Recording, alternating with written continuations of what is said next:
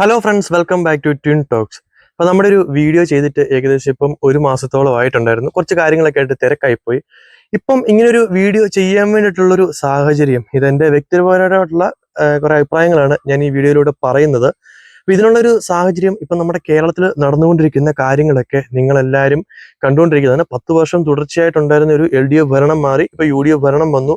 ഭരണത്തിലേറി അവർക്ക് ഒരു മാസം പോലും തികയ്ക്കുന്നതിന് മുമ്പ് കേരളത്തിൽ സംഭവിച്ചുകൊണ്ടിരിക്കുന്ന കാര്യങ്ങളൊക്കെ നിങ്ങൾ കണ്ടുകൊണ്ടിരിക്കുകയാണ്. അപ്പോൾ ഈ സംഭവിച്ചുകൊണ്ടിരിക്കുന്ന കാര്യങ്ങളെപ്പറ്റി എൻ്റെ വ്യക്തിപരമായിട്ടുള്ള കുറച്ച് അഭിപ്രായങ്ങളാണ് ഞാൻ പറയുന്നത്. അപ്പോൾ ഇതിൽ നിങ്ങൾക്ക് പലർക്കും ഇതിനോട് വിയോജിപ്പുണ്ടാകാം, പലർക്കും യോജിപ്പുണ്ടാകാം. എന്തായാലും അതെല്ലാം അവരവരുടെ വ്യക്തിപരമായിട്ടുള്ള കാര്യങ്ങളാണ്. അപ്പോൾ എന്തായാലും ഞാൻ വിഷയത്തിലേക്ക് കിടക്കാം.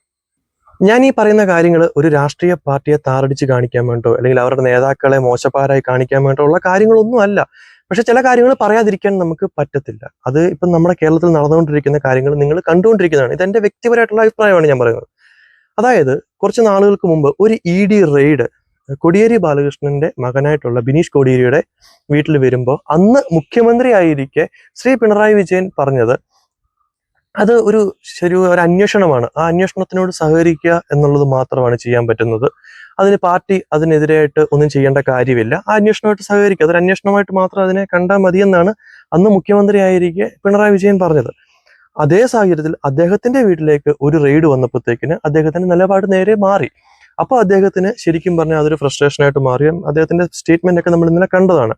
അപ്പൊ ഞാൻ പറഞ്ഞു വരുന്നത് ആ ED റെയ്ഡിനെ പറ്റിയോ അതിനുണ്ടായ സാഹചര്യത്തെ പറ്റിയോ ഒന്നുമല്ല. ആ ED റെയ്ഡിനൊരു കേസുണ്ട്, ആ കേസിന് ആസ്പദമായിട്ടാണ് അവർ റെയ്ഡ് നടത്തിയത്. അതൊക്കെ സ്വാഭാവികമാണ്. ഒരു കേസ് വന്നു കഴിഞ്ഞാൽ ED അതിന് റെയ്ഡ് നടത്തണം. അത് മുൻ മുഖ്യമന്ത്രി പിണറായി വിജയൻ ആയതുകൊണ്ട് കേസിന് റെയ്ഡ് നടത്താൻ പാടില്ല എന്ന നിയമമൊന്നുമില്ല. ഇപ്പൊ ഞാൻ പറഞ്ഞു വരുന്നത് ഈ റെയ്ഡ് കഴിഞ്ഞതിന് ശേഷം EDക്ക് നേരെ ഉണ്ടായ ആക്രമണത്തെ പറ്റിയാണ്. അതായത് പാർട്ടി പ്രവർത്തകർക്ക് വികാരം കൊണ്ട് അവർക്ക് ചിലപ്പം ഇങ്ങനൊരു ആക്രമണം ചെയ്യാൻ വേണ്ടൊക്കെ തോന്നി. കാരണം സത്യമാണ്, അത് എല്ലാവർക്കും ഒരു വികാരം കാര്യങ്ങളൊക്കെ ഉണ്ട് അവരുടെ നേതാവിന്റെ വീട്ടിൽ ഇതുപോലെ റെയ്ഡ് നടത്തുമ്പോൾ. പക്ഷെ അവരറിയുന്നില്ല അതിന്റെ വരും വരാഴികൾ എന്തൊക്കെയാണെന്ന് വെച്ചാൽ, ഇപ്പം ഈ ഒരു ആക്രമണത്തിലൂടെ അവർ ആക്രമിച്ചത് ഒരു സെൻട്രൽ ഏജൻസിയാണ്. അത് കേന്ദ്ര ഗവൺമെന്റിന്റെ അണ്ടറിലുള്ള ഒരു ഏജൻസിയാണ് അവർ ആക്രമിച്ചത് സെൻട്രൽ ഏജൻസിയുടെ ഉദ്യോഗസ്ഥരെയും അതുപോലെ തന്നെ CISF, അവിടുത്തെ ആ CISFിലെ ഉദ്യോഗസ്ഥരും ഉൾപ്പെട്ടിരുന്ന ഒരു വാഹനത്തെയാണ് അവർ ആക്രമിച്ചത്. ഇതിന്റെ പേരിൽ ഉണ്ടാകാൻ പോകുന്ന ഒരു കേസ് ഒരിക്കലും ജാമ്യം കിട്ടുന്ന ഒരു കേസല്ല. അത് നിങ്ങൾ പരിശോധിച്ചാൽ നിങ്ങൾക്ക് മനസ്സിലാകും. വലിയ തുക ഇതിന് ഫൈനായിട്ട് അവർ അടയ്ക്കേണ്ടി വരും. അതുപോലെ തന്നെ കടുത്ത ശിക്ഷയും കിട്ടുന്ന കാര്യമാണ്. അതിന് നമ്മൾ എടുത്തു പറയേണ്ട കാര്യം, കേന്ദ്ര ആഭ്യന്തര മന്ത്രാലയം ഇതിനെതിരെ ഒരു റിപ്പോർട്ട് തേടിയിരിക്കുകയാണ്. കേന്ദ്ര ആഭ്യന്തര മന്ത്രാലയം റിപ്പോർട്ട് തേടിയ സ്ഥിതിക്ക് കേരളത്തിന് യാതൊരു തരത്തിലും ഒരു വിട്ടുവീഴ്ചയും ചെയ്തിട്ടുള്ള ഒരു അന്വേഷണം പറ്റത്തില്ല. പിന്നെ എനിക്ക് മനസ്സിലാകാത്ത ഒരു കാര്യം, ഇന്നലെ ഈ പ്രതികൾ പാർട്ടി ഓഫീസിൽ കയറിയതിനു ശേഷം ഈ പ്രതികളെ അറസ്റ്റ് ചെയ്യാൻ വേണ്ടി പോലീസ് അവിടെ വരുമ്പം ഞങ്ങളുടെ പാർട്ടി ഓഫീസിൽ കയറി അറസ്റ്റ് ചെയ്യാൻ പാടില്ല എന്നാണ് അവരുടെ നിലപാട്. ഇത് മറ്റേതെങ്കിലും ഒരു പാർട്ടിക്കാരാണ്, അല്ലെങ്കിൽ ഒരു RSSന്റെ ഒരു കാര്യാലയം അല്ലെങ്കിൽ യൂത്ത് കോൺഗ്രസിന്റെ ഒരു ഓഫീസിലാണ് ഇത് നടന്നിരുന്നെങ്കിൽ ഇതേ CPM പ്രവർത്തകർ പറഞ്ഞേനെ എന്തുകൊണ്ടാണ് അവിടെ കയറാൻ പറ്റാത്തത്. അപ്പം CPMനെ സംബന്ധിച്ചിടത്തോളം അവരുടെ പാർട്ടി ഓഫീസിൽ ആരും കയറാൻ പാടില്ല, മറ്റുള്ളവരുടെ ഓഫീസുകളിലോ എവിടെ കയറി വേണമെങ്കിലും പോലീസിന് അന്വേഷിക്കാം, പ്രവൃത്തികൾ എന്ത് വേണമെങ്കിലും ചെയ്യാം. അപ്പം എന്ത് കുറ്റവും ചെയ്ത ആൾക്കാർക്ക് കയറി ഒളിക്കാനുള്ള ഒരു സ്ഥലമാണോ പാർട്ടി ഓഫീസ് എന്നാണ് ഒരു ചോദ്യം. അപ്പം ഞാൻ പറഞ്ഞു വരുന്നത് പാർട്ടി പ്രവർത്തകരുടെ കാര്യമാണ്. പാർട്ടി പ്രവർത്തകർ ആവേശം മൂത്തി വാഹനം തല്ലിപ്പൊളിച്ചു. ഈ മാസപ്പടിയുടെ കേസ് ചിലപ്പോൾ ഇവിടെ ഈ EDയുടെ അന്വേഷണത്തോടുകൂടി ചിലപ്പോൾ ഇത് അവസാനിച്ചേക്കാം. പക്ഷേ ഈ വാഹനം തല്ലി തകർത്ത കേസ് അത് ഉടനെ എങ്ങും അവസാനിക്കാൻ പോകുന്നില്ല. പ്രതികളായിട്ടുള്ളവരൊക്കെ അതിന്റെ ആഫ്റ്റർ എഫക്റ്റ് അവർ ശരിക്കും അനുഭവിക്കാൻ പോകുന്നതേ ഉള്ളൂ.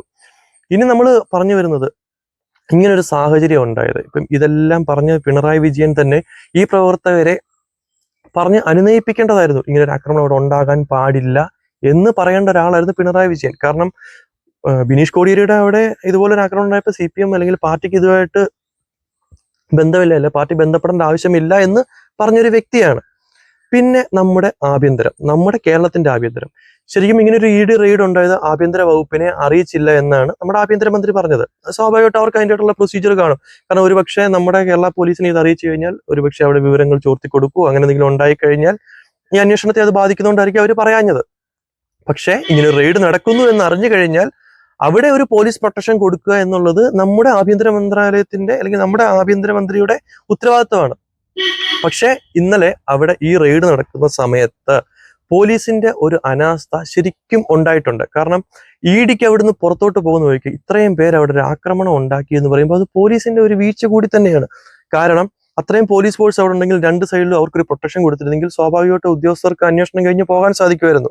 പക്ഷേ പോലീസിന്റെ ഭാഗത്തുനിന്ന് അങ്ങനെ ഒരു കാര്യമല്ല നമ്മൾ കണ്ടത്. ആക്രമണം ഉണ്ടാകുമ്പോൾ പോലും ചില പോലീസുകാർ കയ്യം കെട്ടി നോക്കി നിൽക്കുന്നത് പോലും നമുക്ക് ആ വീഡിയോയിലൂടെ കാണാൻ വേണ്ടി സാധിച്ചിരുന്നു.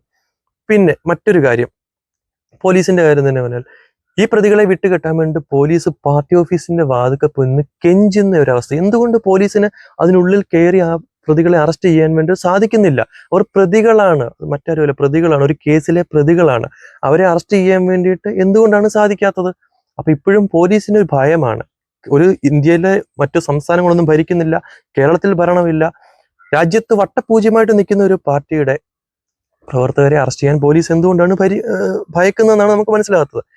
ഇനി മറ്റൊരു കാര്യം നമ്മുടെ കേരളത്തിൽ തന്നെ നടന്നുകൊണ്ടിരിക്കുന്നതാണ്. SFI എന്ന വിദ്യാർത്ഥി പ്രസ്ഥാനം ഇപ്പൊ തെരുവിലേക്ക് വീണ്ടും ഇറങ്ങിയിരിക്കുകയാണ്. 10 വർഷങ്ങൾക്ക് ശേഷം അവർ വീണ്ടും തെരുവിലേക്ക് ഇറങ്ങിയിരിക്കുകയാണ്. ഈ വിദ്യാർത്ഥികളോട് എനിക്ക് പറയാനുള്ളതെന്നേ ഉള്ളൂ, പാർട്ടിക്ക് അവരുടെ പ്രതിച്ഛായ നഷ്ടപ്പെട്ടു നിൽക്കുന്ന ഒരു സമയമാണ്.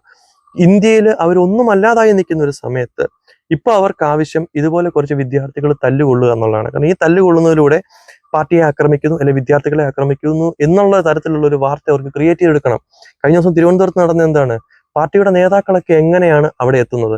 ഒരു SFIയുടെ വിജയാഘോഷം നടക്കുന്നിടത്ത് എവിടൊക്കെ വിജയാഘോഷങ്ങൾ SFI നടക്കുന്നുണ്ട്, അവിടെയൊക്കെ നിങ്ങൾ ഇത്രയും നേതാക്കൾ സ്പോട്ടിൽ അവിടെ ഉള്ളതായിട്ട് നിങ്ങൾ കണ്ടിട്ടുണ്ടോ? ഇല്ല. അപ്പൊ അവർ നേതാക്കൾക്കറിയാം അവിടെ ഇങ്ങനെ ഒരു ആക്രമണം ഉണ്ടാകും, അവിടെ വന്ന് അവർക്ക് പേരെടുക്കാൻ ഒരു അവസരമാണെന്ന് അറിഞ്ഞുകൊണ്ട് തന്നെ പാർട്ടിയുടെ നേതാക്കൾ അവിടെ വരികയും റഹീമിനെ പോലുള്ള നേതാവൊക്കെ അവിടെ വന്നത് ശരിക്കും ഞാൻ മനസ്സിലാക്കിയിടത്തോളം ഇങ്ങനെ ഒരു ആക്രമണം അവിടെ നടക്കുമ്പോൾ അവർക്ക് പേരെടുക്കാൻ വേണ്ടിയുള്ള ഒരു അവസരം ആയിക്കൊണ്ട് തന്നെയാണ് അവിടെ വന്നതെന്നാണ് ഞാൻ മനസ്സിലാക്കുന്നത്. അപ്പൊ ഇങ്ങനൊരു വിദ്യാർത്ഥികൾക്ക് നേരെ ഒരു ആക്രമണം ഉണ്ടാകുമ്പോൾ സ്വാഭാവികമായിട്ടും പോലീസ് ലാത്തിച്ചാർജ് നടത്തും. കാരണം വിദ്യാർത്ഥികളുടെ ഭാഗത്തുനിന്ന് പ്രകോപനം ഉണ്ടാകുമ്പോൾ ലാത്തിച്ചാർജ് സ്വാഭാവികമാണ്. കഴിഞ്ഞ 10 വർഷം എന്താണ് നടന്നതെന്നും കൂടി നമ്മൾ ആലോചിക്കണം. ഇന്ന് മുറവിളി കൂട്ടുന്നവർ അന്ന് വേണ്ടിയിട്ടില്ല. യൂത്ത് കോൺഗ്രസ് പ്രവർത്തകർക്കും യുവമോർച്ചയുടെ പ്രവർത്തകർക്കും നേരെ ഉണ്ടായ ആക്രമണങ്ങൾ അത് എത്രത്തോളം വലുതായിരുന്നു എന്നുള്ളത് നമുക്കറിയാം. അതിന്റെ 10-1 പോലും കഴിഞ്ഞ ദിവസം നടന്നില്ല. അപ്പം അവർക്ക് ഭരണം കിട്ടുമ്പോൾ എന്തും ചെയ്യാം, അവരുടെ ഭരണം പോയി കഴിഞ്ഞാൽ അവർ ഓപ്പോസിഷൻ നിൽക്കുന്ന സമയത്ത് അവരെ ആരും ഒന്നും ചെയ്യാൻ പാടില്ല എന്നുള്ളൊരു നിലപാട് ഒരിക്കലും ശരിയല്ല. പിന്നെ വിദ്യാർത്ഥികളായിട്ടുള്ള ഈ വീഡിയോ കാണുന്ന 5 അല്ല 10 പേരെങ്കിൽ 10 പേര് വിദ്യാർത്ഥികളായിട്ടുള്ള SFI പ്രവർത്തകരോട് പറയാനുള്ളത്, നിങ്ങൾ തെരുവിൽ കിടന്ന് തല്ലുകൊള്ളുന്നതുകൊണ്ട് യാതൊരു പ്രയോജനമില്ല. ന്യായമായിട്ടുള്ള ഒരു ആവശ്യത്തിന് വേണ്ടിയിട്ട് നിങ്ങൾ സമരം നടത്തിയാൽ ഈ നാട്ടിലെ ജനങ്ങൾ മൊത്തം നിങ്ങളുടെ കൂടെ നിൽക്കും. അല്ലാതെ നിങ്ങളുടെ പാർട്ടി നേതാക്കളെ തല്ലി നിങ്ങളുടെ പാർട്ടി നേതാവിനെതിരെ റെയ്ഡ് നടത്തിയെന്ന് പറഞ്ഞ് നിങ്ങൾ സമരം ചെയ്താൽ നിങ്ങളുടെ കൂടെ ഒരാൾ നിൽക്കത്തില്ല. അതുകൊണ്ടാണ് നിങ്ങളുടെ പാർട്ടിയുടെ ഒരു പ്രതിച്ഛായ നഷ്ടപ്പെട്ടതും ഈ ഇലക്ഷനിൽ ഇത്രയും വലിയൊരു തോൽവി ഏറ്റുവാങ്ങേണ്ടി വന്നത്. അപ്പൊ ഇത് എന്റെ വ്യക്തിപരമായിട്ടുള്ള അഭിപ്രായങ്ങൾ മാത്രമാണ് ഞാൻ പറഞ്ഞത്. ഇതിന് വിയോജിപ്പുള്ളവർ കാണാം, അങ്ങനെയുള്ളവർക്ക് കമന്റ് ബോക്സിൽ വന്നിട്ട് എന്തും പറയാം. അപ്പൊ പാർട്ടിയുടെ പ്രവർത്തകരുടെ, അതായത് ശരിക്കും അടിമകളായിട്ടുള്ള പ്രവർത്തകരായിട്ട് നിങ്ങൾ മാറരുത്.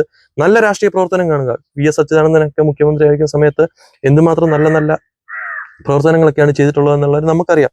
അതുപോലെ അന്നത്തെ കാലത്ത് അവർ സമരങ്ങൾ നടത്തിയിട്ടുള്ളത്, അല്ലെങ്കിൽ SFI പോലും വിദ്യാർത്ഥികൾക്ക് വേണ്ടിയിട്ട് ഒരുപാട് നല്ല സമരങ്ങൾ ചെയ്തിട്ടുള്ള പാർട്ടിക്കാരാണ്. ആ SFI വെറുതെ പാർട്ടിക്ക് വേണ്ടിയിട്ട് മാത്രം ഉള്ളൊരു സമരങ്ങളായിട്ട് മുന്നോട്ട് പോകരുതെന്നാണ് ഞാൻ പറയുന്നത്. എന്നാലും നമുക്ക് മറ്റൊരു വീഡിയോ ആയിട്ട് വീണ്ടും കാണാം. ബൈ.